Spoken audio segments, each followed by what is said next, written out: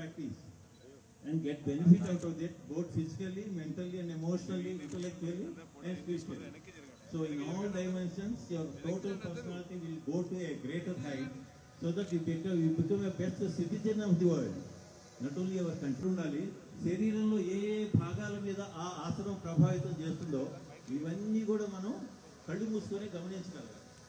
So అంతటి మహత్తరమైనటువంటి యోగా కాబట్టి now we start with the so let us start. First we give the demonstration, then please observe the demonstration so that you will not make a mistake while practicing. మొట్టమొదటి మనం demonstration చేస్తాం. Dais మీద చూడండి, వీళ్ళతోటి ఒక్కొక్క ఆసనం demonstration చేసిన తర్వాత ఆసనం ఎలా చేయాలి, ఎట్లా ఫైనల్ పోస్చర్లోకి వెళ్ళాలి, ఎంతసేపు ఉండాలి, మళ్ళీ అక్కడి నుంచి ఎలా పోవాలి, బ్రీదింగ్ సీక్వెన్స్ ఎలా ఉండాలి, మన కాన్సన్ట్రేషన్ ఎక్కడ ఉండాలి, శరీరంలో ఏ ఏ భాగాల మీద ఆ ఆసనం ప్రభావితం చేస్తుందో ఇవన్నీ కూడా మనం కళ్ళు మూసుకొని గమనించాలి.